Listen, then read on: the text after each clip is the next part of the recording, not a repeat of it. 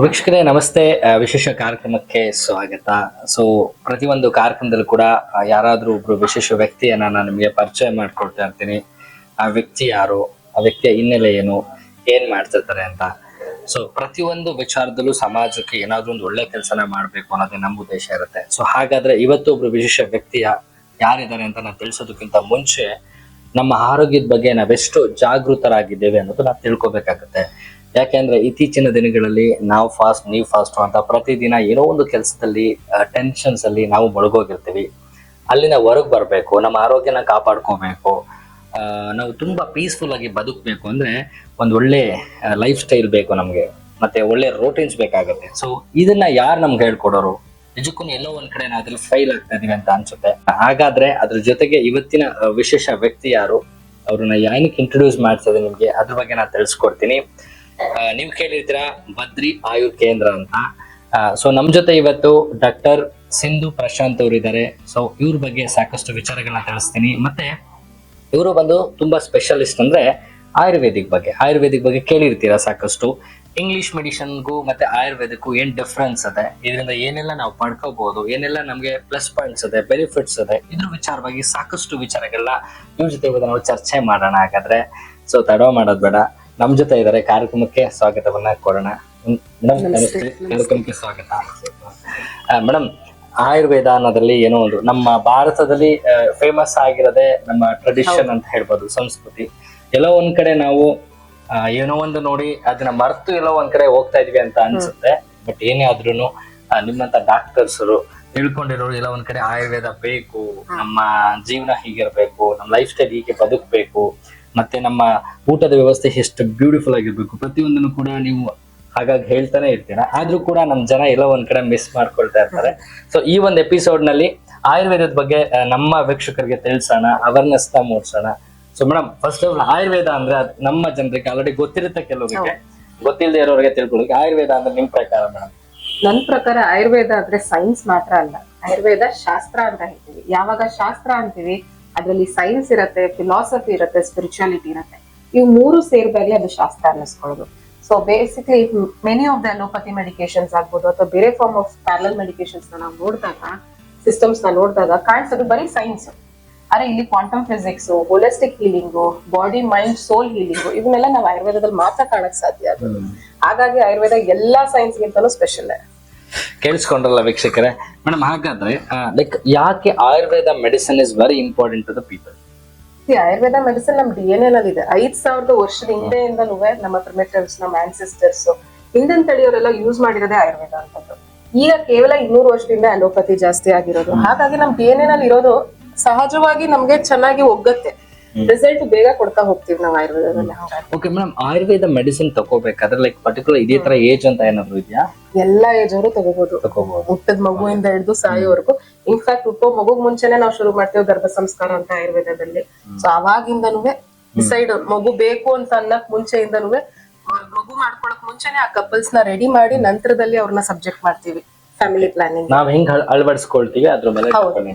So initial days ಈಗ family ಎಲ್ಲ Ayurvedic doctors ನ ತೋರಿಸ್ಕೊಂಡು ಪ್ರತಿದಿನ ಅದೇ ಒಂದು ಪ್ರಾಕ್ಟೀಸ್ ಆಗಿತ್ತು ಅಂದ್ರೆ so easily they can come to you. So ವೀಕ್ಷಕರೇ, ನೀವು ಅಷ್ಟೇ ಇನ್ ಕೇಸ್ ಇಂಗ್ಲಿಷ್ ಮೆಡಿಸಿನ್ಗೆ ಅಡಿಕ್ಟ್ ಆಗಿದ್ರೆ ಅದು ಇನ್ಸ್ಟೆಂಟ್ ರಿಲೀಫ್ ಅಂತ ಹೇಳ್ಬೋದು. ಸೊ ಬೆಳಗ್ಗೆ ನೀವು ತಗೊಂಡು ಆ ಟ್ಯಾಬ್ಲೆಟ್ ನ ಒಂದು 2 to 3 hours ಅಲ್ಲಿ ಸೂಪರ್ ಫೈನ್ ಆಗಿರ್ತೀರಾ, ಸಂಜೆ ಒಳಗಡೆ ಮತ್ತೆ ಅದೇ ಪೇನ್ ಸ್ಟಾರ್ಟ್ ಆಗುತ್ತೆ. ಸೊ ಅಂತಹ ಯಾರಾದ್ರೂ ಈ ಕಾರ್ಯಕ್ರಮ ನೋಡ್ತಾ ಇದ್ರೆ ಸೊ ಬೆಸ್ಟ್ ಮೆಡಿಸಿನ್ ಅಂತಂದ್ರೆ ಈ ಡಾಕ್ಟರ್ನ ಕಾಂಟ್ಯಾಕ್ಟ್ ಮಾಡ್ಬೋದು. ಕಾಂಟ್ಯಾಕ್ಟ್ ನಂಬರ್ ಇಲ್ಲಿ ಕೊಟ್ಟಿರ್ತೀನಿ. ಸೊ ನಿಮ್ಗೇನ್ ಸಮಸ್ಯೆಗಳಿರುತ್ತೆ ಅದ್ರ ಬಗ್ಗೆ ನೀವು ಅವ್ರ ಹತ್ರ ಚರ್ಚೆ ಮಾಡ್ಬೋದು.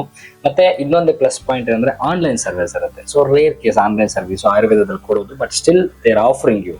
ಸೊ ತುಂಬಾ ಕಮ್ಮಿ ಬೆಲೆಯಲ್ಲಿ ಆನ್ಲೈನ್ ಪ್ರೈಸ್ ಕೂಡ, ಐ ಮೀನ್ ಸರ್ವಿಸ್ ಕೂಡ ಕೊಡ್ತಾರೆ. ಪ್ಲಸ್ ಅದ್ರ ಜೊತೆಗೆ ನೀವು ಡೈರೆಕ್ಟ್ ಆಗಿ ಮೀಟ್ ಮಾಡಿ ಕನ್ಸಲ್ಟೇಷನ್ ಮಾಡ್ತೀನಿ ಅಂತ ಮಾಡ್ಬೋದು. ಮತ್ತೆ ಆಯುರ್ವೇದ ಅಂತ ಅಂದ್ರೆ ಒಂದು ಚಿಕ್ಕ ಹೆಸರು ಇರ್ಬೋದು, ಬಟ್ ಅದು ತುಂಬಾ ಅವ್ರು ಹೇಳಿದ್ರೆ ಅವಾಗಲೇ ದೊಡ್ಡ ಹಿಸ್ಟ್ರಿ ಇದೆ ಅದ್ರ ಆಕ್ಚುಲಿ. ಸೊ ಆಯುರ್ವೇದ ಅನ್ನೋದು ಎಷ್ಟು ಡಿಕೇಡ್ಸ್ ಇಂದ ಬಂದಿರೋಂಥದ್ದು. ಹಾಗಾದ್ರೆ ಆಯುರ್ವೇದದಲ್ಲಿ ಯಾವ ತರ ಆಯುರ್ವೇದ ಟ್ರೀಟ್ಮೆಂಟ್ಸ್ ಇದೆ ಅನ್ನೋದನ್ನ ತಿಳ್ಕೊಳ್ಳೋಣ. ಹಾಗಾದ್ರೆ ಮೇಡಮ್, ಮೊದಲನೇದಾಗಿ ಆಯುರ್ವೇದದಲ್ಲಿ ಯಾವ ತರ ಎಲ್ಲ ಟ್ರೀಟ್ಮೆಂಟ್ ಬೇಕು? ಆಯುರ್ವೇದದಲ್ಲಿ ನಮ್ ಹಲವಾರು ಬ್ರಾಂಚಸ್ ಇದೆ. ಮೊದಲನೇದಾಗಿ ಇಮ್ಯುನಿಟಿ ಬಿಲ್ಡ್ ಮಾಡೋದಕ್ಕೆ ಬ್ರಾಂಚ್ ಇದೆ. ಆಮೇಲೆ ಎರಡನೇದಾಗಿ ಮಕ್ಳು ಪ್ರಾಜಿನಿ, ನೆಕ್ಸ್ಟ್ ಪ್ರಾಜಿನಿ ಚೆನ್ನಾಗಿ ಮಾಡ್ಕೊಳ್ಳೋದಕ್ಕೆ ವಾಜೀಕರಣ ಅಂತ ಬ್ರಾಂಚ್ ಇದೆ. ಮತ್ತೆ ಪಂಚಕರ್ಮ ಅಂತ ಇದೆ, ರೆಜುವಿನೇಟ್ ಮಾಡ್ಕೊಳ್ಳೋದು. ಇವತ್ತೆಲ್ಲ ಫಾಸ್ಟ್ ಲೈಫ್ ಅಲ್ಲಿ ಏನಾಗ್ತಾ ಇರುತ್ತೆ, ಹೆಲ್ತ್ ಹಾಳಾಗ್ತಾ ಇರುತ್ತೆ ಜನಗಳು. ಅವ್ರಿಗೆ ಗೊತ್ತಿರೋದಿಲ್ಲ, ಜಂಕ್ ಫುಡ್, ಫಾಸ್ಟ್ ಫುಡ್ ತಿಂದು ಹೆಲ್ತ್ ಹಾಳಾಗ್ತಿರತ್ತೆ. ಮತ್ತೆ ಯಾವ್ದೋ ಟೈಮಲ್ಲಿ ಎಕ್ಸರ್ಸೈಸ್ ಮಾಡೋದು, ಜಸ್ಟ್ ಬಿಕಾಸ್ ಎಕ್ಸರ್ಸೈಸ್ ಮಾಡ್ಬೇಕು ಅನ್ನೋ ಕಾರಣದಿಂದ ಯಾವ್ಯಾವ್ದೋ ಟೈಮಲ್ಲಿ ಎಕ್ಸರ್ಸೈಸ್ ಮಾಡಿದಾಗ ಆಟೋ ಇಮ್ಯೂನ್ ಡಿಸೀಸ್ ತುಂಬಾ ಕಾಮನ್ ಆಗ್ತಾ ಇದೆ. ಸೊ ಇಂಥದಕ್ಕೆಲ್ಲ panchakarma only is the only answer ಅಂತ ಹೇಳ್ತಾ ಬರ್ಬೋದು. ಯಾವುದೇ ತರ ಕಾಯಿಲೆಗಳಾಗ್ಲಿ ನಾವು ವೆನ್ ವಿ ಗಿವ್ ಪಂಚಕರ್ಮ ಅಲ್ವಾ, with in 7 to 21 days 48 days ಅಲ್ಲಿ ಬೇಗ ನಾವು ರೋಗಿನ ಆಚೆ ತಗೊಂಡ್ಬರ್ಬೋದು ಕಾಯಿಲೆಯಿಂದ. ಮತ್ತೆ ಇದು ಸಿಂಟಮ್ಯಾಟಿಕ್ ರಿಲೀಫ್ ಅಲ್ಲ. ನೀವು ಆಗ್ಲೇ ಹೇಳ್ದಂಗೆ ಅಲೋಪತಿನಲ್ಲಿ ತಲೆನೋವು ಬಂತು, ರಾತ್ರಿಗೆ ಮೆಡಿಸಿನ್ ತಗೋತೀರಾ, ರಾತ್ರಿಗೆ ಮತ್ತೆ ತಲೆನೋವು ಬರುತ್ತೆ. ಇಲ್ಲಿ ಸಿಂಪ್ಟಮ್ಸ್ ನ ನಾವು ಟ್ರೀಟೇ ಮಾಡಲ್ಲ. ನಾವು ಟ್ರೀಟ್ ಮಾಡೋದು ಮೂಲ ಏನು, ಕಾಸ್ ಏನು, ಅದನ್ನ ಹೇಗೆ ಕಾಸ್ ನ ತೆಗಿಬಹುದು ಶರೀರದಿಂದ, ದೋಷನ ಹೇಗೆ ಬ್ಯಾಲೆನ್ಸ್ ಮಾಡ್ಬೋದು ಅಂತ. ಮತ್ತೆ ಎರಡನೇ ಅದ್ಭುತವಾದಂತದ್ದು ಆಯುರ್ವೇದದಲ್ಲಿ ಅಂದ್ರೆ ಯಾರಿಗೂ ಒಂದೇ ತರ ಮೆಡಿಸಿನ್ಸ್ ನಾವು ಕೊಡಲ್ಲ. ಈಗ ನಿಮ್ಮ ಬಾಡಿ ಬೇರೆ ಇರುತ್ತೆ, ಇನ್ನೊಬ್ರ ಶರೀರ ಬೇರೆ ಇರುತ್ತೆ. ಅವರ ಶರೀರದಲ್ಲಿ ಯಾವ ದೋಷ ಪ್ರಿಡಾಮಿನೆಂಟ್ ಇದೆ, ಏನ್ ಟಾಕ್ಸಿಸಿಟಿ ಬಿಲ್ಡ್ ಆಗಿದೆ, ಹೇಗೆ ಅದನ್ನ ಬ್ಯಾಲೆನ್ಸ್ ಮಾಡ್ಬೋದು, ಬೇಸ್ಡ್ ಆನ್ ದಟ್ ಟ್ರೀಟ್ಮೆಂಟ್ ಶುರು ಆಗೋದು. ಅಂಡ್ ಈಗ ನಮ್ಗೆ ಬರುವಂತದ್ದು ನಮ್ಮ ಕ್ಲಿನಿಕ್ ಅಲ್ಲಿ ಪ್ರಾಬ್ಲಮ್ಸ್ ಏನು ಅಂತಂದ್ರೆ, ಯಾರು ಜ್ವರ ನೆಗಡಿ ಕೆಮ್ಮಗ್ ಬರಲ್ಲ. ಎಲ್ಲರೂ ಬರೋದು ವೀಸಿಂಗು, ಸೋರಿಯಾಸಿಸ್, ಆರ್ಥ್ರೈಟಿಸ್, ಹೀಗೆ ಹಲವಾರು ವರ್ಷದಿಂದ ಒದ್ದಾಡ್ತಾ ಇರ್ತಾರೆ. PCOS, ಎಸ್ಪೆಷಲಿ ಇನ್ಫರ್ಟಿಲಿಟಿ, ಹಲವಾರು IVF ಫೇಲ್ಯೂರ್ಸ್ ಆಗಿರುತ್ತೆ. ಆಮೇಲೆ ಅವ್ರು ನಮ್ಮ ಹತ್ರ ಬರೋದು. ಸೊ ಈಗ ಏನಾಗತ್ತೆ, ಹಂಗ್ ಬಂದಾಗ 16 ವರ್ಷ ಅವ್ರ ಜೊತೆ ಅದನ್ನ ಇಟ್ಕೊಂಡು ಕಾಪಾಡ್ಕೊಂಡು ಬಂದಿರ್ತಾರೆ. ಸೊ ಅದನ್ನ ನಾವು ಒಂದ್ 48 ದಿನದಲ್ಲಿ ಕರೆಕ್ಟ್ ಪ್ರೋಸೆಸ್ ಕೊಟ್ಟು ಅವ್ರಿಗೆ ರೆಜುವಿನೇಷನ್ ಮಾಡಿಸಿ ಅದನ್ನ ದೇಹದಿಂದ ತೆಗಿತೀವಿ. ಆಮೇಲೆ ಇನ್ನೊಂದು ಬ್ರೇಕಿಂಗ್ ನ್ಯೂಸ್ ಅಂದ್ರೆ, ಲೈಕ್ ನೀವ್ ಹೇಳಿದ್ರಿ, ಒಂದು 5 to 6 years ಇಂದ ಕಾಯಿಲೆ ಇಟ್ಕೊಂಡು ಬಂದ್ಬಿಟ್ಟು ಒಂದು ವಾರದಲ್ಲಿ ಕ್ಲಿಯರ್ ಮಾಡ್ಬೇಕು ಅಂತ ಹೆಂಗ್ ಎಕ್ಸ್ಪೆಕ್ಟ್ ಮಾಡ್ತೀರಾ ಅನ್ನೋದು. ಇದು ಆಕ್ಚುಲಿ ನಾವು ಅಟ್ಸ್ ಅ ಕಾಮನ್ ಮ್ಯಾನ್ ಆಗಿ ನಾವು ಸಿವಿಕ್ ಆಗಿ ತಿಳ್ಕೊಳ್ಳೇಬೇಕಾಗಿದ್ದಂತ ವಿಚಾರ. ಜನರಲ್ ಹೋದ ತಕ್ಷಣ 1 week ಇಂದ ನಾನು ಡಾಕ್ಟರ್ ಹತ್ರ ಹೋಗ್ತಾ ಇದ್ದೀನಿ, ಟ್ರೀಟ್ಮೆಂಟ್ ತಗೊಂಡಿದ್ದೀನಿ, I spend so much money, ಇನ್ನ ರಿಕವರಿ ಆಗಿಲ್ಲ ಅಂತ expectations should be little less ಅನ್ಕೋತೀನಿ. ಯಾಕೆ ಅಂತ ಅಂದ್ರೆ 5-6 ವರ್ಷದಿಂದ ಇಟ್ಕೊಂಡಿರೋ ಕಾಯಿಲೆ ಸಡನ್ ಆಗಿ ಆಗಲ್ಲ. ಇಟ್ ಟೇಕ್ಸ್ ಅಟ್ಲೀಸ್ಟ್ ನೀವು ಹೇಳಿದ್ರೆ 1 month ಎಲ್ಲ ಸಾಕು ಹೋಗುತ್ತೆ ಸರ್. ಹಂಗ್ ನೋಡಿದಾಗ ನಾವು ಕ್ಲಿನಿಕಲ್ಲಿ ನೋಡ್ತೀವಲ್ಲ, ಎಷ್ಟು ವರ್ಷದಿಂದ ಆ ಕಾಯಿಲೆ ಬಾಧೆ ತಗೊಂಡಿರ್ತಾರೆ, within 1 month or 2 months will be out of it. ಈಗ ನಿನ್ನೆನೂ ಸಹ ಈಗ 4-5 ದಿನದಲ್ಲಿ ನಮ್ಮ PM ಮೋದಿ ಅವರು ಹೇಳಿದ್ರು ಮನ್ ಕಿ ಬಾತ್ ಅಲ್ಲಿ, ಆಂಟಿಬಯೋಟಿಕ್ಸ್ ನ ಕಡಿಮೆ ಮಾಡಿ, ಎಸ್ಪೆಷಲಿ ನಿಮೋನಿಯಾ ಮತ್ತೆ UTI ಕಂಡೀಷನ್ ಅಲ್ಲಿ. ಯಾಕೆಂದ್ರೆ ಅಂದ್ರೆ ಇಂಡಿಯನ್ ಮೆಡಿಕಲ್ ಅಸೋಸಿಯೇಷನ್ ಈಗಷ್ಟೇ ರಿಸರ್ಚ್ ಮಾಡಿದ್ದಾರೆ ಈಗ ಸ್ವಲ್ಪ ದಿನದಿಂದ. ಅದ್ರಲ್ಲಿ ನೋಡಿರುವಂತದ್ದು ಏನು ಅಂತಂದ್ರೆ, ನಿಮೋನಿಯಾ ಮತ್ತೆ ಯುಟ್ರೈನ್ ಕಂಡೀಷನ್ಸ್ ಅಲ್ಲಿ, ಯೂರಿನರಿ ಟ್ರ್ಯಾಕ್ ಇನ್ಫೆಕ್ಷನ್ಸ್ ಅಲ್ಲಿ ರೆಸಿಸ್ಟೆನ್ಸ್ ಡೆವಲಪ್ ಆಗೋಗ್ತಾ ಇದೆ ಜನಗಳಿಗೆ. ಎಷ್ಟು ಆಂಟಿಬಯೋಟಿಕ್ ಹಾಕಿದ್ರು ಅವ್ರು ಆಚೆ ಬರಕ್ ಆಗ್ತಾ ಇಲ್ಲ ಕಾಯಿಲೆಯಿಂದ. ಸೊ ಹಾಗಾಗಿ ನಮ್ಮ ಬಿಲವೆಡ್ PM ಹೇಳಿದ್ದಾರೆ, ಜಾಸ್ತಿ ತಗೋಬೇಡಿ ಆಂಟಿಬಯೋಟಿಕ್ಸ್ ನ, ಬಿ ವೆರಿ ಕಾಶಿಯಸ್ ತಗೋಬೇಕಾರೆ ಅಂತ. ಸೊ ಅಂತ ಟೈಮಲ್ಲೂ ಸಹ ಎಂತ ನಿಮೋನಿಯಾ ಆಗಿರ್ಲಿ, recurrent urinary track infection especially females ಅಲ್ಲಿ ಕಾಣುತ್ತಲ್ಲ, ಅದ್ರಲ್ಲೂ ಸಹ ವಂಡರ್ಸ್ ವರ್ಕ್ ಮಾಡುತ್ತೆ ಆಯುರ್ವೇದ. ಜಸ್ಟ್ 25-30 days ಕೊಟ್ಟಿರ್ತೀವಿ ನಾವು ಅಷ್ಟೇನೆ, ಕಂಪ್ಲೀಟ್ ಕ್ಯೂರ್ ಆಗಿರ್ತಾರೆ ಅವರು. ಇಟ್ಸ್ ನಾಟ್ ನೆಸೆಸರಿ ನನ್ನ ಜೊತೆ ಅವ್ರದ್ದು ಬರ್ತಾನೆ ಇರ್ಬೇಕು, ಎವ್ರಿ ಮಂತ್ ಅವ್ರು ನನ್ ಬಂದು ವಿಸಿಟ್ ಮಾಡ್ಬೇಕು ಅನ್ನೋದು ಏನಿಲ್ಲ. 1 or 2 visits ಅಲ್ಲಿ ಔಟ್ ಆಫ್ ದಟ್ ಕಾಯಿಲೆನೆ. ಡಾಕ್ಟರ್ ನಿಮ್ಗೆ ಏನ್ ಸಜೆಷನ್ಸ್ ನ ಕೊಟ್ಟಿರ್ತಾರೆ, ಇಷ್ಟ ದಿನದಲ್ಲಿ ಇದೇ ತರ ನೀವು ಟ್ರೀಟ್ಮೆಂಟ್ ನ ತಗೋಬೇಕು, ಮೆಡಿಸಿನ್ ಕರೆಕ್ಟ್ ಆಗಿ ಇಂಟೇಕ್ ಮಾಡ್ಬೇಕು, ಪ್ರತಿಯೊಂದು ನೀವು ಕರೆಕ್ಟ್ ಆಗಿ ಫಾಲೋ ಮಾಡ್ತಾ ಅಂದ್ರೆ 200% ಇಟ್ ವಿಲ್ ಬಿ ಕ್ಯೂರ್ಡ್. ಮತ್ತೆ ಇನ್ನೊಂದು ಈ ಎಪಿಸೋಡ್ ನಾನ್ ನಿಮ್ಗೆ ಏನಕ್ಕೆ ಮಾಡ್ತಾ ಇದೀನಿ ಅಂದ್ರೆ, ಎಸ್ಪೆಷಲಿ ಇತ್ತೀಚಿನ ದಿನಗಳನ್ನ ನೀವು ನೋಡ್ತಿರ್ಬೋದು, ಮಿಸ್ಕಂಡಕ್ಟ್ ತುಂಬಾ ಆಗ್ತಾ ಇದೆ. ಸೊ ವಿಚಾರಗಳು ಗೊತ್ತಿಲ್ಲದೆ ಇರೋರು ವಿಚಾರಗಳ ಬಗ್ಗೆ ತುಂಬಾ ಮಾತನಾಡ್ತಾರೆ. ಆಮೇಲೆ ನಿನ್ನೆ ಮೊನ್ನೆ ಏನು ಸ್ವಲ್ಪ ತಿಳ್ಕೊಂಡಿರ್ತಾರೆ, ತುಂಬಾ ಗೊತ್ತಿರೋರ್ ತರ ಹೇಳಿರ್ತಾರೆ. ಸೊ ಈ ಡಾಕ್ಟರ್ಸ್ ನಾವು ನೋಡಿದಾಗೆ ಲೈಕ್ ಒಂದು 15-20 years ಇಂದ ಇದೇ ಫೀಲ್ಡ್ ಅಲ್ಲಿ ಬಂದಿರೋರು, ಸೊ ಸಖತ್ ಎಕ್ಸ್ಪೀರಿಯನ್ಸ್ ಇರೋರು, ಸಾಕಷ್ಟು ಪೇಷಂಟ್ ನ ನೋಡಿರೋರು, ಮತ್ತೆ ಟ್ರೀಟ್ಮೆಂಟ್ ನ ಕೊಟ್ಟಿರೋರು. ಸೊ ಎಲ್ಲಾ ವಿಚಾರಗಳು ಗೊತ್ತಿರೋದ್ರಿಂದ ತುಂಬಾ ಅಂದ್ರೆ ಗೊತ್ತಿರೋರಿಗೆ, ಎಕ್ಸ್ಪೀರಿಯನ್ಸ್ ಇರೋ ಡಾಕ್ಟರ್ಸ್ ನೀವು ಕನ್ಸಲ್ಟ್ ಮಾಡಿದ್ರೆ ನಿಮ್ಮ ಕಾಯಿಲೆ ಏನಿದೆ ಇರಿದ್ರು ಬೇಗ ಹುಷಾರಾಗುತ್ತೆ ಅಂತ ನಾನು ನಿಮ್ಗೆ ಭರವಸೆನ ಕೊಡ್ತೀನಿ. ಅಂಡ್ ನಾನು ಆವಾಗಲೇ ಹೇಳ್ದಾಗೆ ಕಾಂಟ್ಯಾಕ್ಟ್ ನಂಬರ್ಸ್ ಇರುತ್ತೆ, ನಿಮ್ಗೆ ಈಸಿ ಆಕ್ಸೆಸ್ ಅಂತಂದ್ರೆ ಕಾಲ್ ಮಾಡಿ, ಏನೇ ಸಮಸ್ಯೆಗಳಿದ್ರು ಕೂಡ ಹೇಳ್ಬೋದು. ಎಲ್ಲಾ ತರನು ತುಂಬಾ ಎಕ್ಸ್ಪರ್ಟ್ ಇದ್ದಾರೆ. ಇಂಥ ಕಾಯಿಲೆಗೆ ಇದೇ ತರ ಟ್ರೀಟ್ಮೆಂಟ್ ನ ತಗೊಂಡ್ರೆ ನಿಮ್ಗೆ ಬೇಗ ವಾಸಿ ಆಗುತ್ತೆ ಅಂತ ಕೂಡ ಅಶ್ಯೂರೆನ್ಸ್ ಕೊಡ್ತಾರೆ. It's not about money matter. ನಾನು ಅವಾಗಲೂ ಹೇಳಿದೆ, ದುಡ್ಡು ವಿಚಾರಕ್ಕೆ ಬಂದ್ರು ಕೂಡ ಅದು ಕೂಡ ಲೆಸ್ ಪ್ರೈಸ್ ನಲ್ಲಿ ಇವರು ಟ್ರೀಟ್ಮೆಂಟ್ ನ ಕೊಡ್ತಾರೆ. ಅಂಡ್ ಆನ್ಲೈನ್ ಸರ್ವಿಸ್ ಕೂಡ ಇರ್ತಾರೆ. ಮತ್ತೆ ಇನ್ನೊಂದು ಸ್ಪೆಷಲ್ ಆಗಿ ಅಂತಂದ್ರೆ ಇವರು PCOD ಮತ್ತೆ PCOS ಅನ್ನ ಟ್ರೀಟ್ಮೆಂಟ್ ನ ಮಾಡ್ತಾರೆ. ಅದ್ರ ಬಗ್ಗೆ ತಿಳ್ಕೊಳ್ಳೋಣ. ಯಾಕಂದ್ರೆ ನಮ್ ಇದ್ರ ಬಗ್ಗೆ ಇತ್ತೀಚಿನ ದಿನಗಳಲ್ಲಿ ಲೇಡೀಸ್ಗೆ ತುಂಬಾ ಪ್ರಾಬ್ಲಮ್ ಆಗ್ತದೆ. ಸೊ ಮತ್ತೆ ಇನ್ನೊಂದೇನಂದ್ರೆ, ಈ ಗೂಗಲ್ ಎಲ್ಲ ಬಂದಿರೋದ್ರಿಂದ ನಾವೇ ಲೈಕ್ ಆನ್ಸರ್ ನ ತಗೊಂಡ್ಬಿಡ್ತೀವಿ, ನಾವೇ ಟ್ರೀಟ್ಮೆಂಟ್ ಮಾಡ್ಕೊಳ್ತೀವಿ. ತುಂಬಾ ಜನ ಮಿಸ್ಗೈಡ್ ಆಗಿ ಅಲ್ಲೂ ಕೂಡ ಯಾವ್ದೋ ಟ್ರೀಟ್ಮೆಂಟ್ ತಗೊಂಡು ಹಾಳಾಗ್ತಾ ಇರ್ತಾರೆ. ಕರೆಕ್ಟ್ ಎಕ್ಸಾಕ್ಟ್ ಏನ್ ಪ್ರಾಬ್ಲಮ್ ಇರುತ್ತೆ ಅದನ್ನ ತಿಳ್ಕೊಂಡು ಅದಕ್ಕೆ ಏನ್ ಟ್ರೀಟ್ಮೆಂಟ್ ನ ಕೊಡೋದು ನಿಮಗ್ ಗೊತ್ತಿರುತ್ತೆ. ಸೊ ಆ ವಿಚಾರದಲ್ಲಿ ವೀಕ್ಷಕರೇ, ಸೊ ಇವ್ರು ಇವಾಗ ಸಾಕಷ್ಟು ವಿಚಾರಗಳನ್ನ ಶೇರ್ ಮಾಡ್ಕೊಳ್ತಾರೆ. ಕೇಳಿ, ನಿಮ್ಗೇನಾದ್ರು ಆತರ ಇತ್ತು ಅಂದ್ರೆ ಡೈರೆಕ್ಟ್ ಕಾಂಟ್ಯಾಕ್ಟ್ ಮಾಡ್ಬೋದು. PCOS PCOD ಬಗ್ಗೆ ಕೆಲವೊಂದು ವಿಚಾರ ನಾನು ಇವತ್ತು ನನಗೆ ಸಿಕ್ಕಿರೋ ಟೈಮ್ಲೈನ್ ಅಲ್ಲಿ ಹೇಳಕ್ ಇಷ್ಟಪಡ್ತೇನೆ. ಮೊದಲನೇದಾಗಿ PCOS PCOD ಇರೋರಲ್ಲಿ ಸುಮಾರು ಒಂದು 80% ಮಹಿಳೆಯರಲ್ಲಿ ಒಬೆಸಿಟಿ ಇರುತ್ತೆ, ದಪ್ಪ ಇರ್ತಾರೆ. ಆಗ್ಲೇ ಹೇಳ್ದಂಗೆ ಇನ್ಫ್ಲೂಯೆನ್ಸರ್ಸ್ ಮಾತು ಕೇಳಿರ್ತಾರೆ, ಸಣ್ಣ ಏನೋ ಬೇಗ ಆಗ್ಬಿಡ್ತಾರೆ. ವಿತಿನ್ 2 months 3 months ಅವ್ರಿಗೆ ಏನಾಗ್ಬೇಕು, ಡಯಟಿಷಿಯನ್ ಹತ್ರ ಹೋಗಿರ್ತಾರೆ, ಇನ್ನೊಬ್ರ ಹತ್ರ ಹೋಗಿರ್ತಾರೆ, ಟ್ರೈನರ್ಸ್ ಗಳ ಹತ್ರ, ಜಿಮ್ ಟ್ರೈನರ್ಸ್ ಹತ್ರ, ಬೇಗ ಸಣ್ಣ ಮಾಡ್ಬಿಡ್ತಾರೆ ಅವ್ರನ್ನ. ಇಲ್ಲ ಅಂತಲ್ಲ, ಹೈ ಪ್ರೋಟೀನ್ ಹಾಕ್ಬಿಡೋದು. ಹಂಗ್ ಮಾಡಿದಾಗ ಏನಾಗುತ್ತೆ ಅಂದ್ರೆ ಅವ್ರ AMH ಲೆವೆಲ್ ಡ್ರಾಪ್ ಆಗ್ತಾ ಇರತ್ತೆ, ಅವ್ರಿಗೆ ಗೊತ್ತಿರಲ್ಲ. ಮತ್ತೆ ಓವ್ಯುಲೇಷನ್ ಸರಿಯಾಗಿ ಆಗ್ತಾ ಇರಲ್ಲ. ಸೊ ಹೋಗಿರೋ ಒಂದ್ ಕಾಯಿಲೆಗೆ 4-6 ಕಾಯಿಲೆ ಇಟ್ಕೊಂಡ್ ಬರ್ತಾರೆ ಆಚೆ ಬರ್ಬೇಕಾರೆ. ಯಾವಾಗ್ಲೂ ಅಷ್ಟೇ, ಯಾರು ಬ್ಲೈಂಡ್ ಆಗಿ ದಯವಿಟ್ಟು ಬಿಲೀವ್ ಮಾಡ್ಬೇಡಿ, ಎಸ್ಪೆಷಲಿ ಇನ್ಫ್ಲೂಯೆನ್ಸರ್ಸ್. ಇವತ್ತು ಇನ್ಫಾರ್ಮೇಶನ್ ಎಲ್ಲಾ ಕಡೆ ಇದೆ. ಒಂದು ಗೂಗಲ್ ಅಲ್ಲಿ ನೋಡಿದ್ರೆ ಎಲ್ಲಾ ಇನ್ಫಾರ್ಮೇಶನ್ ತುಂಬಾ ಸ್ಕ್ಯಾಟರ್ಡ್ ಆಗಿದೆ. ಅದೇ ಕರೆಕ್ಟ್ ಆಗಿರೋ ಇನ್ಫಾರ್ಮೇಶನ್ ಓದಿರೋರು ಮಾತ್ರ ತಿಳ್ಸಕ್ಕಾಗೋದು. ಯಾರೋ ಒಬ್ರು PCOS ರಿವರ್ಸಲ್ ಮಾಡಿ ತಾವೇ ಎಲ್ಲಾರ್ನು ನೋಡ್ತೀವಿ ಅನ್ನೋದು ಸಾಧ್ಯನೇ ಇಲ್ಲ. ಯಾಕೆಂದ್ರೆ ಅದಕ್ಕೆ ಆದಂತ ಒಂದ್ ಸ್ಟಡೀಸ್ ಬೇಕು, ಒಂದ್ 1000 ಪೇಷಂಟ್ ನ ನೋಡಿರ್ಬೇಕು, ಆಗ್ಲೇ ಐಡಿಯಾ ಬರೋದು. ನಾವು ಬರೀ ಕೇವಲ ಓದ್ಕೊಂಡ್ಬಿಟ್ಟ ಕ್ಷಣಕ್ಕೆ ಡಾಕ್ಟರ್ ಆಗೋದಿಲ್ಲ. 100,000 ಕೇಸ್ ಅದ್ರಲ್ಲೇ ನೋಡ್ದಾಗ್ಲೇ ನಮಗೂ ಅದು ಪರಿಣತಿ ಬರ್ತಾ ಹೋಗೋದು. ಹೌದು, ಇನ್ಫ್ಲೂಯೆನ್ಸರ್ಸ್ ಏನೋ ಹೇಳಿರ್ತಾರೆ, ಯಾವ್ದೋ ಒಂದು ಚಿಯಾ ಸೀಡ್ಸ್ ಏನೋ ಒಂದ್ ಸೀಡ್ಸ್ ತಿನ್ನಿ ಅಂತ ಹೇಳಿರ್ತಾರೆ, ಪಂಪ್ಕಿನ್ ಸೀಡ್ಸ್ ಕಾನ್ಸ್ಟೆಂಟ್ ಆಗಿ ತಿನ್ನೋದು, ಅದರಿಂದ ಆಗುವಂತ ಇಂಬ್ಯಾಲೆನ್ಸ್.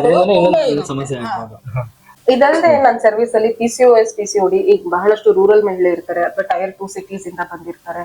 ಅವ್ರು ಬಂದು ನನ್ನ ಕ್ಲಿನಿಕ್ ಅಲ್ಲಿ ಕನ್ಸಲ್ಟ್ ಮಾಡಕ್ ಆಗ್ತಾ ಇರಲ್ಲ, ರೆಗ್ಯುಲರ್ ಚೆಕ್ಅಪ್ಸ್ ಬರಕ್ಕಾಗಲ್ಲ. ಅಂತವ್ರಿಗೆ ಅಂತ we have a programme, online programme, 120 days transformation programme ಇರುತ್ತೆ. ಅದರಲ್ಲಿ ಸಂಪೂರ್ಣ ನಿಮ್ಗೆ ಸಪೋರ್ಟ್ ಸಿಗುತ್ತೆ. ನೀವು PCOS ನಿಂದ ಆಚೆ ಬಂದು ಬಂಜೆತನನ ಬೀಟ್ ಮಾಡಿ ಮತ್ತೆ ಪ್ರೆಗ್ನೆಂಟ್ ಆಗುವಂತದ್ದು. ಅದರಲ್ಲಿ ಲೈಫ್ ಸ್ಟೈಲ್ಸ್, ಆಯುರ್ವೇದ ಡಯಟ್, ಮತ್ತೆ ಯಾವ ತರ ಮುದ್ರಾ ಯೂಸ್ ಮಾಡ್ಬೇಕು, ಯಾವ ತರ ಯೋಗಾಸನಾಸ್ ಮಾಡ್ಬೇಕು PCOS ನ ಬೀಟ್ ಮಾಡ್ಬೇಕಾದ್ರೆ, ಅದ್ರ ಕಂಪ್ಲೀಟ್ ಡೀಟೇಲ್ಸ್ ಅದ್ರಲ್ಲಿ ಇರುತ್ತೆ. ಯಾರಿಗಾರು ಬರಕ್ ಆಗಲ್ಲ, ಅನಾನುಕೂಲ ಇದೆ ಅಂತಂದವರು ಅವ್ರು ದಯವಿಟ್ಟು ನಮ್ಮ ಆನ್ಲೈನ್ ಸರ್ವಿಸ್ ಆಗಿರುವಂತ PCOS ಟ್ರಾನ್ಸ್ಫಾರ್ಮೇಶನ್ ಸರ್ವಿಸ್ ನ ತಗೊಳ್ಳಿ. ಖಂಡಿತ ಬೇಗ ಆಚೆ ಬರ್ಬೋದು, ಬೇಗ ನಿಮ್ಮ ದಾಂಪತ್ಯ ಜೀವನ ಸುಧಾರಿಸಿ ಬೇಗ ಕನ್ಸೀವ್ ಆಗ್ಬೋದು. ಇನ್ನೊಂದು ಈ ಡಾಕ್ಟರ್ ಬಗ್ಗೆ ನಾನು ಏನೇನು ಹೇಳೋದಕ್ಕೆ ಇಷ್ಟಪಡ್ತೀನಿ ಅಂದ್ರೆ, ಜನರಲ್ ಆಗಿ ನೀವು ನೋಡಿರ್ತೀರ, ಕ್ಲಿನಿಕ್ ಹಾಸ್ಪಿಟಲ್ಗೆ ಹೋದ್ರೆ ಅದರ ಡಾಕ್ಟರ್ಸ್ ಕೆಲವರು ನೋಡೋ ರೀತಿನೇ ನೋಡ್ತಾರೆ, ನಿಮ್ಮನ್ನ ಕೇಳ್ತಾರೆ ಏನಾಗಿದೆ ಅಂತ, ಒಂದು ಚೀಟಿ ಬರು ಟಕ್ ಅಂತ ಕಳ್ಸಿ ಒಂದು ಮೆಡಿಸಿನ್ ಮಾಡಿ ಕೊಡ್ತಾರೆ. ಬಟ್ ಇಲ್ಲಿ ನಿಮ್ಗೆ ಸಿಗೋ ಅಂತದ್ದು ಯೋಗಕ್ಷೇಮ ಅಂತ ಹೇಳ್ಬೋದು. ಲೈಕ್ ಒಂದು ಫ್ಯಾಮಿಲಿ ಟ್ರೀಟ್ಮೆಂಟ್, ನಿಮ್ಗೆ ಏನಾಗಿದೆ ಅಂತ ಪ್ರತಿಯೊಂದನ್ನು ಅವ್ರು ವಿಚಾರಿಸಿ ಅದಕ್ಕೆ ಏನ್ ಮಾಡ್ಬೇಕು, ಏನ್ ಮಾಡೋದು ಪ್ರತಿಯೊಂದು ಕೂಡ ಇನ್ ಡೀಟೇಲ್ಸ್ ಆಗಿ ಹೇಳಿ ಅರ್ಥ ಮಾಡಿಸ್ತಾರೆ. So this is the beauty of the concept ಅಂತ ಹೇಳ್ಬೋದು. ಸೊ ಇಂಥ ಒಂದು ಟ್ರೀಟ್ಮೆಂಟ್ ಈ ಒಂದು ಕ್ಲಿನಿಕ್ ಅಲ್ಲಿ ಸಿಗೋದಕ್ಕೆ ನಂಗೆ ಹೇಳಲಿಕ್ಕೆ ಖುಷಿ ಆಗುತ್ತೆ. ಯಾಕಂದ್ರೆ ಎಲ್ಲಾ ಡಾಕ್ಟರ್ನು ಎಲ್ಲರೂ ಅರ್ಥ ಮಾಡ್ಕೊಳಕ್ ಹೋಗಲ್ಲ, ಎಲ್ಲೋ ಒಂದ್ ಕಡೆ ಸ್ವಲ್ಪ ಅರ್ಥ ಮಾಡ್ಕೊಳ್ತಾರೆ, ಸ್ವಲ್ಪ ಅರ್ಥ ಮಾಡ್ಕೊಳ್ಳಲ್ಲ. ಅವ್ರು ಕೆಲಸ ಮಾಡಿ ದುಡ್ಡಿಸ್ಕೊಳ್ಳೋದೇ ನೋಡ್ತಾ ಇರ್ತಾರೆ. ಬಟ್ ಇಲ್ಲಿ ದುಡ್ಡು ಇಂಪಾರ್ಟೆಂಟ್ ಅಲ್ಲ, ಆರೋಗ್ಯ ಇಂಪಾರ್ಟೆಂಟು. ಅದಕ್ಕೋಸ್ಕರನೇ ಇವರು ಆಯುರ್ವೇದಿಕ್ ನ ಚೂಸ್ ಮಾಡ್ಕೊಂಡು ಸಮಾಜದಲ್ಲಿ ಏನೋ ಒಂದು ಚಿಕ್ಕದಾಗಿ ಇವ್ರ ಕಡೆ ಚೇಂಜಸ್ ನ ಮಾಡ್ಬೇಕು ಅಂತ ಅನ್ಕೊಂಡು ಮಾಡಿರುವಂತದ್ದು. ಸೊ ನಿಮ್ಗೆ ಯಾವುದೇ ತರ ಸಮಸ್ಯೆಗಳಿದ್ರು ಒಂದ್ಸರಿ ಕಾಂಟ್ಯಾಕ್ಟ್ ಮಾಡಿದ್ರೆ ಸಾಕು, definitely will get A 200% solution ಅಂತ ನಾನು ಹೇಳ್ತೀನಿ. ಈಗ ಏನಾಗ್ತಾ ಇದೆ, ವರ್ಕ್ ಕಲ್ಚರ್, ಫ್ಯಾಮಿಲಿ ಪ್ರೆಷರು, ಮತ್ತೆ ರಿಲೇಟಿವ್ಸ್ ಪ್ರೆಷರು, ಪಿಯರ್ ಪ್ರೆಷರ್, ಇದೆಲ್ಲದ್ರಿಂದ ಏನಾಗುತ್ತೆ, ನಿಮ್ಗೆ ಸ್ಟ್ರೆಸ್ ಲೆವೆಲ್ ಜಾಸ್ತಿ ಆಗ್ತಾ ಹೋಗುತ್ತೆ. ಕಾರ್ಟಿಸಾಲ್ ಅಂತ ಹೇಳ್ತೀವಿ. ಯಾವಾಗ ಈ ಹಾರ್ಮೋನ್ ಜಾಸ್ತಿ ಆಗುತ್ತೆ, ಆಟೋಮ್ಯಾಟಿಕ್ಲಿ ನಿಮ್ಮ ಇನ್ಸುಲಿನ್ ಲೆವೆಲ್ ಇಂಬ್ಯಾಲೆನ್ಸ್ ಆಗುತ್ತೆ. ಹಾಗಾಗಿ ನಿಮ್ಗೆ ಟೆಸ್ಟೋಸ್ಟಿರೋನ್ ಲೆವೆಲ್ಸ್ ಅಲ್ಲಿ ಚೇಂಜಸ್ ಆಗಿ ಓವ್ಯುಲೇಷನ್ ಅಲ್ಲಿ ಪ್ರಾಬ್ಲಮ್ ಆಗ್ತಾ ಹೋಗುತ್ತೆ. ಹಾಗಾಗಿ ಬಹಳಷ್ಟು ಹೆಂಗಸಲ್ಲಿ ನಾವು ನೋಡ್ತಾ ಇರೋದು, ರಿಪ್ರೊಡಕ್ಟಿವ್ ಏಜ್ ಅಲ್ಲಿ ಇರೋರು ತುಂಬಾ ಒದ್ದಾಡ್ತಾರೆ. ನ್ಯಾಚುರಲ್ ಆಗಿ ಕನ್ಸೀವ್ ಆಗುವಂತ ಒಂದು ಪ್ರಕೃತಿ ಕೊಟ್ಟಿರುವಂತ ಒಂದು ಕೊಡುಗೆನ ತುಂಬಾ ಕಷ್ಟಪಟ್ಟು ತಗೊಳ್ತಾ ಇದಾರೆ ಅದು. ಹಾಗಾಗಿ ಇದಕ್ಕೆ ತುಂಬಾ ಟೈಮ್ ಕೊಡಬೇಕಾಗಿಲ್ಲ. ಒಂದ್ 3 to 4 months ನಿಮ್ಮ ಶರೀರದ ಮೇಲೆ, ನಿಮ್ಮ ಹೆಲ್ತ್ ಮೇಲೆ ವರ್ಕ್ ಮಾಡಿದ್ರೆ ಸಾಕು. PCOS ನಿಂದ ಆಚೆ ಬಂದು ನ್ಯಾಚುರಲ್ ಆಗಿ ಕನ್ಸೀವ್ ಆಗಿ. ಯಾವತ್ ನ್ಯಾಚುರಲ್ ಕನ್ಸೀವ್ ಆಗ್ತೀರಾ ಅವಾಗ ನಿಮ್ಮ ಹೆಲ್ತ್ ಚೆನ್ನಾಗಿರುತ್ತೆ, ಮತ್ತೆ ಹುಟ್ಟೋ ಮಗುವುದು ಹೆಲ್ತ್ ತುಂಬಾ ಚೆನ್ನಾಗ್ ಆಗ್ತಾ ಹೋಗುತ್ತೆ.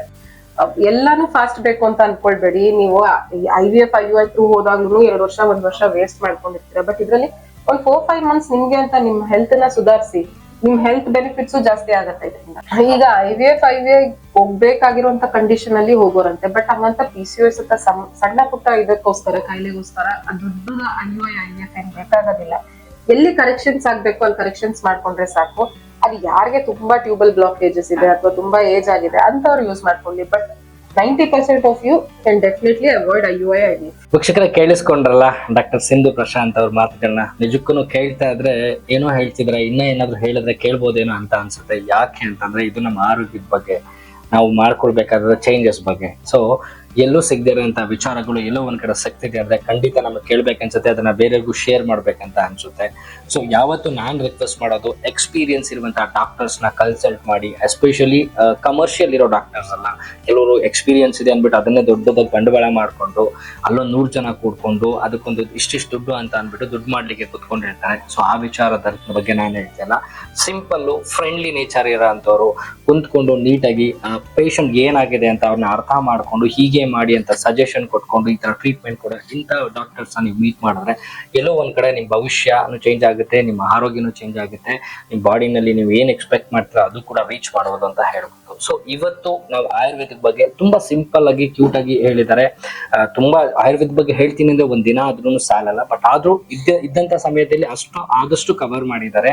ಸೊ ಈ ವಿಚಾರದಲ್ಲಿ ನಿಮ್ಗೆ ಇನ್ನೂ ಏನಾದ್ರೂ ಅರ್ಥ ಆಗಿಲ್ಲ, ಇನ್ನು ಬೇರೆ ಸಮಸ್ಯೆಗಳಿದೆ ಅಂತಂದ್ರೂ ನೀವು ಕಾಂಟ್ಯಾಕ್ಟ್ ಮಾಡಿ ಮಾತನಾಡ್ಬೋದು. ಸೊ ಇವತ್ತು ಹೇಳಿರೋ ವಿಚಾರಗಳು ನಿಮ್ಗೆ ಅರ್ಥ ಆಗಿರುತ್ತೆ ಅನ್ಕೊಳ್ತೀನಿ. ದಯವಿಟ್ಟು ಈ ವಿಡಿಯೋನ ನೀವು ನೋಡಿದ್ಮೇಲೆ ಬೇರೆಯವ್ರಿಗೂ ಶೇರ್ ಮಾಡಿ, ಎಲ್ಲೋ ಒಂದ್ ಕಡೆ ಯಾರಿಗೆ ಉಪಯೋಗ ಆಗುತ್ತೆ. ಯಾರೋ ಒಬ್ರು ಸುಮ್ನೆ ಅನ್ವಾಂಟೆಡ್ ಆಗಿ ಯಾವುದೋ ಒಂದು ಇಂಗ್ಲಿಷ್ ಮೆಡಿಸಿನ್ ತಗೊಂಡು ಲಕ್ಷಾಂತರ ರೂಪಾಯಿನ ಹಾಸ್ಪಿಟಲ್ ಕಟ್ತಾ ಇರ್ತಾರೆ. ಸೊ ಅಂತ ವ್ಯಕ್ತಿಗಳಿಗೂ ಕೂಡ ಈ ಒಂದು ಬ್ಯೂಟಿಫುಲ್ ವಿಡಿಯೋ ಇಂಟ್ರೆಸ್ಟ್ ಆಗಿದೆ, ಮತ್ತೆ ಅವ್ರಿಗೆ ಉಪಯೋಗನೂ ಆಗುತ್ತೆ ಅಂತ ನಾನು ಹೇಳ್ತೀನಿ. ನಿಮ್ಗೆ ಏನೋ ಗೊತ್ತಾಗಿಲ್ಲ, ಕೊನೆಗೆ ಇವ್ರು ಹೇಳಿದ್ದು ನಿಮ್ಗೆ ಅರ್ಥ ಆಗಿಲ್ಲ ಅಂತಂದ್ರೆ ಸಿಂಪಲ್ ಆಗಿ ಒಂದು ಕಾಂಟ್ಯಾಕ್ಟ್ ನಂಬರ್ ಇರುತ್ತೆ, ಕಾಲ್ ಮಾಡಿ ನೀವೇ ಮಾತನಾಡ್ಬೋದು.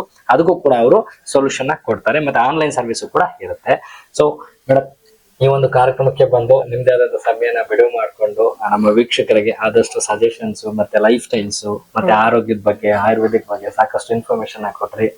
ಸೊ ಇದೇ ತರ ಬರ್ತಾ ಇರಿ, ಕೊಡ್ತಾ ಇರಿ, ಸಾಕಷ್ಟು ಅವರು ಕೂಡ ಬಹಳ ಖುಷಿ ಕೇಳಿಸ್ಕೊಳ್ತಿರ್ತಾರೆ. ಆಯ್ತು ನನಗೂ ಪಬ್ಲಿಕ್ ನ್ಯೂಸ್ ಅವ್ರು ಕೊಟ್ಟಿರುವಂತ ಈ ವೇದಿಕೆನ ಯೂಸ್ ಮಾಡ್ಕೊಳ್ಳೋದಕ್ಕೆ. ಈ ವೇದಿಕೆ ಥ್ರೂ ನನಗ್ ಗೊತ್ತಿರುವಂತ ನಾಲೆಜ್ ಆಯುರ್ವೇದ ಬಗ್ಗೆ ನಾವೇನ್ ಮಾಡ್ತಾ ಇದೀವಿ ಅಥವಾ ಆಯುರ್ವೇದ ನಿಮ್ಗೆ ಎಷ್ಟು ಹೆಲ್ಪ್ ಮಾಡ್ಬೋದು ಅನ್ನೋದ್ರ ಬಗ್ಗೆ ತಿಳಿಸ್ಕೊಡೋದಕ್ಕೋಸ್ಕರ ನಂಗೆ ಅವಕಾಶ ಕೊಟ್ಟಿದ್ದಕ್ಕೆ ತುಂಬಾ thanks. Thanks madam, thank you so much.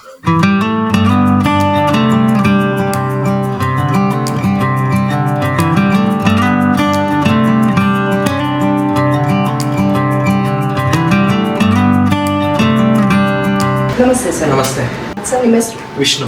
Vishnu. ಎಲ್ಲಿಂದ ಬರ್ತಿರೋದು ಸರ್? ನಾವಿಲ್ಲೇ ಮಲ್ಲತ್ತಳ್ಳಿ ಅಂತ. ಏನಕ್ಕೋಸ್ಕರ ಟ್ರೀಟ್ಮೆಂಟ್? ಇಲ್ಲಿ ನನಗೆ ಸ್ಕಿನ್ ಇಮ್ಯುನಿಟಿ ಕಮ್ಮಿ ಆಗಿ ಫುಲ್ ಗಾಯಗಳಾಗುತ್ತೆ ಮೈಯೆಲ್ಲ. ಸೊ ಅದನ್ನ ತೋರಿಸ್ಕೊಳಕ್ಕೆ ಬಂದಿದ್ದೆ. ಹೌದಾ? ಎಷ್ಟು ದಿವಸದಿಂದ ಬರ್ತಿದ್ದೀರಿ? ನಾನು ಒಂದು ವಾರದಿಂದ ಬರ್ತಿದ್ದೀನಿ. ಇಂಟ್ರೆಸ್ಟ್ ಇದೆ? ಫುಲ್ಲು ಕಮ್ಮಿ ಆಗಿದೆ. ಕಮ್ಮಿ ಆಗಿದೆ. ಎಷ್ಟು? ಓಕೆ. ಬರೀ ಒಂದೇ ಕೈಯಲ್ಲಿ ಇರೋದು? ಇಲ್ಲ, ಇಲ್ಲಿ ಮೈಯೆಲ್ಲ ಆಗಿತ್ತು, ಅದೆಲ್ಲಾನು ಫುಲ್ ಕಮ್ಮಿ ಆಗಿದೆ. ನೆವೆ ತರ ಆಗ್ತಿತ್ತು, ಫುಲ್ ಎಲ್ಲ ಕಮ್ಮಿ ಆಗಿದೆ ಈಗ. ಬನ್ನಿ, ಇನ್ನೊಬ್ರು ಪೇಷಂಟ್ ಇದ್ದಾರೆ, ಅವ್ರ ಹತ್ರನು ಮಾತಾಡೋಣ. ನಮಸ್ತೆ ಮೇಡಮ್. ಮೇಡಮ್, ಎಷ್ಟು ವರ್ಷದಿಂದ ಬರ್ತಿದ್ದೀರಾ ಇಲ್ಲಿಗೆ?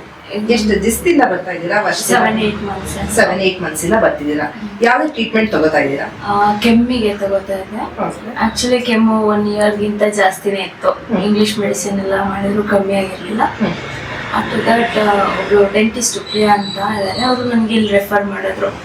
ಸೊ ಇಲ್ಲಿಗೆ ಬಂದ್ಮೇಲೆ ಫುಲ್ಲು ಕಮ್ಮಿ ಆಗಿದೆ. ನಮಸ್ತೆ ಮೇಡಮ್. ನಮಸ್ತೆ ಮೇಡಮ್, ಯಾವ ತರ ಟ್ರೀಟ್ಮೆಂಟ್ ತಗೊಂಡ್ವಿ? ಯಾವ್ದಕ್ಕೋಸ್ಕರ ಟ್ರೀಟ್ಮೆಂಟ್ ತಗೊಂಡ್ವಿ? ಆ್ಯಕ್ಚುಲಿ ನನಗೆ ಸ್ಟ್ರೆಸ್ ಲೆವೆಲ್ ಜಾಸ್ತಿ ಆಗಿತ್ತು.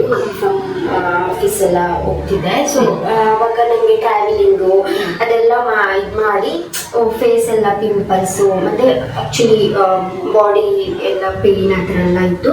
ಸೊ ಪಿಂಪಲ್ಸ್ ಕಮ್ಮಿ ಆಗಲಿಕ್ಕೆ ಅವರು ಡಾಕ್ಟ್ರು ನನಗೆ ಸಜೆಸ್ಟ್ ಮಾಡಿದ್ದು ಅಂದರೆ ಬಾಡಿ ನರ್ವ್ಸ್ ಎಲ್ಲ ರಿಲ್ಯಾಕ್ಸ್ ಆಗೋ ಥರ ಫಸ್ಟು ಫುಟ್ ಮಸಾಜು ಆ ಥರ ಎಲ್ಲ ಮಾಡಿ ನೆಕ್ಸ್ಟು ಫೇಸ್ಗೆ ಟ್ರೀಟ್ಮೆಂಟ್ ಕೊಡೋ ಥರ ಸಜೆಸ್ಟ್ ಮಾಡಿದ್ರು. ಸೊ ತುಂಬ ಹೆಲ್ಪ್ಫುಲ್ ಆಗಿದೆ. ನಾನು ಆ್ಯಕ್ಚುಲಿ 15 days ಅವರು ವೀಕ್ಲಿ ಟ್ವೈಸ್ ಬರೋಕ್ಕೆ ಹೇಳಿದ್ದಾರೆ. ನನಗೆ ಟ್ರೀಟ್ಮೆಂಟ್ ತಗೋತಾ ಇದ್ದೀನಿ, ಇನ್ನು 2 weeks ಆಗಿದೆ, 4 times. So very relax and ನನಗೆ ರಿಸಲ್ಟ್ ಗೊತ್ತಾಗ್ತಿದೆ. ಆ್ಯಕ್ಚುಲಿ 15 days ಇಂದ ಟ್ರೀಟ್ಮೆಂಟ್ ತಗೊಂತೀನಿ ಅಂತಿದ್ದೀರಾ? ಯಾವ ತರ ರಿಸಲ್ಟ್? ಎಷ್ಟು ಮಟ್ಟಿಗೆ ನಿಮಗೆ ಅನ್ಸಿದೆ? ಅದು ಆ್ಯಕ್ಚುಲಿ ನನಗೆ 15 days ಅಂದರೆ ವೀಕ್ಲಿ ಟ್ವೈಸ್ ಬರೋಕ್ಕೆ ಹೇಳಿದ್ರು. ಸೊ ಇದು 4th times. ಇವಾಗಲೂ ಕೂಡ ಅದಕ್ಕೆ ನಾನು ಫಸ್ಟು ಫುಟ್ ಮಸಾಜ್ ದೆನ್ ನನಗೆ ಫೇಸ್ ಪ್ಯಾಕ್ ಎಲ್ಲ ರೆಡಿ ಮಾಡ್ಕೊತಾಯಿದ್ರು. ಸೊ ಪಿಂಪಲ್ಸ್ ಎಲ್ಲ ಮೊದಲಿಗಿಂತ ತುಂಬ ಕಡಿಮೆ ಆಗಿದೆ. ದೆನ್ ಬೇರೆಯವ್ರಿಗೂ ಕೂಡ ಸಜೆಸ್ಟ್ ಮಾಡೋಕ್ಕೆ ಇಷ್ಟಪಡ್ತಿದ್ದೀನಿ. ಸೊ ಟ್ರೀಟ್ಮೆಂಟ್ ಆ್ಯಂಡ್ ಅವರು ಟ್ರೀಟ್ ಮಾಡೋರು ಕೂಡ ನಾನು ತುಂಬ ನನಗೆ ಸಜೆಸ್ಟ್ ಮಾಡ್ತಾರೆ ಡಾಕ್ಟ್ರು. ಅಂದರೆ ಫುಲ್ ಯಾವ್ಯಾವ ಥರ ಮಾಡಬೇಕಂತ. ಈವನ್ ಬರೀ ಜಸ್ಟ್ ಈ ಟ್ರೀಟ್ಮೆಂಟ್ ಅಲ್ಲದೆ ಫುಡ್ ಕೂಡ ಹೆಂಗೆ ಇಂಟೇಕ್ ಮಾಡಬೇಕು ಆ್ಯಂಡ್ ಯಾವ ಥರ ಬ್ರೀತಿಂಗ್ ಎಕ್ಸಸೈಸ್ ಎಲ್ಲ ಸಜೆಸ್ಟ್ ಮಾಡಿದ್ದಾರೆ. ಸೊ ತುಂಬ ಹೆಲ್ಪ್ಫುಲ್ ಅಂತ ಫೀಲ್ ಆಗ್ತಿದೆ. ಆ್ಯಂಡ್ ನಾ ಹೆಂಗೆ ಮನಿ ಅನ್ನೋದಕ್ಕಿಂತ ಅವ್ರು ಸಜೆಸ್ಟ್ ಮಾಡೋದು ಆ್ಯಂಡ್ ಟ್ರೀಟ್ಮೆಂಟ್ ಕೊಡೋದು ತುಂಬ ಇಷ್ಟ ಆಗ್ತಿದೆ. ಓಕೆ.